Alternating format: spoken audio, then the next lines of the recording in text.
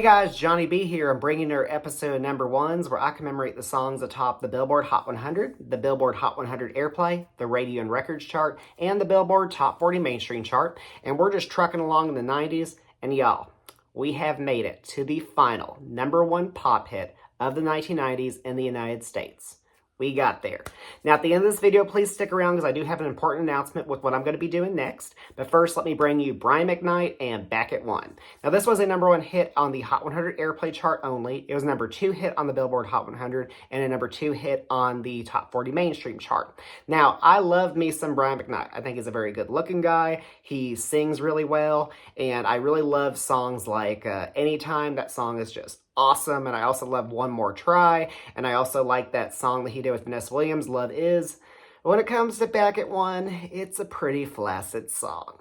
Now, this song is just, it's such a generic song. It's a very generic R&B and adult contemporary kind of song, and the lyrics are just so lame. I mean, 1, you're like a dream come true. 2, just want to be with you. Just sounds like something Boys to Men would record, or, you know, a rejected Boys to Men would record. So I do not think this song was a highlight, and it was kind of lame, so I just have to be honest with y'all. That's what I think about Brian McKnight and Back at 1.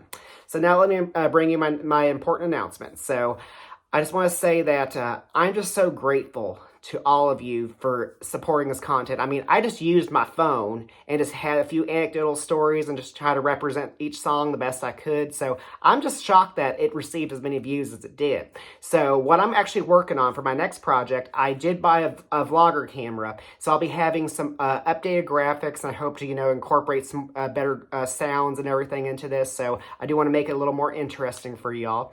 And I also want to say that I want to give a huge shout out to my friend Jack over there in the UK, and he actually really wanted me to do the UK number 1 hits of the 1990s. I actually wanted to do the US number 1 hits of the 1980s next, but since he's been such a great supporter of mine, he's been a great friend of mine, and he's always enjoyed a lot of my social media content, I'm definitely going to dedicate this next project to him. So I look forward to bringing you the number 1 hits from the 1990s on the UK singles chart next.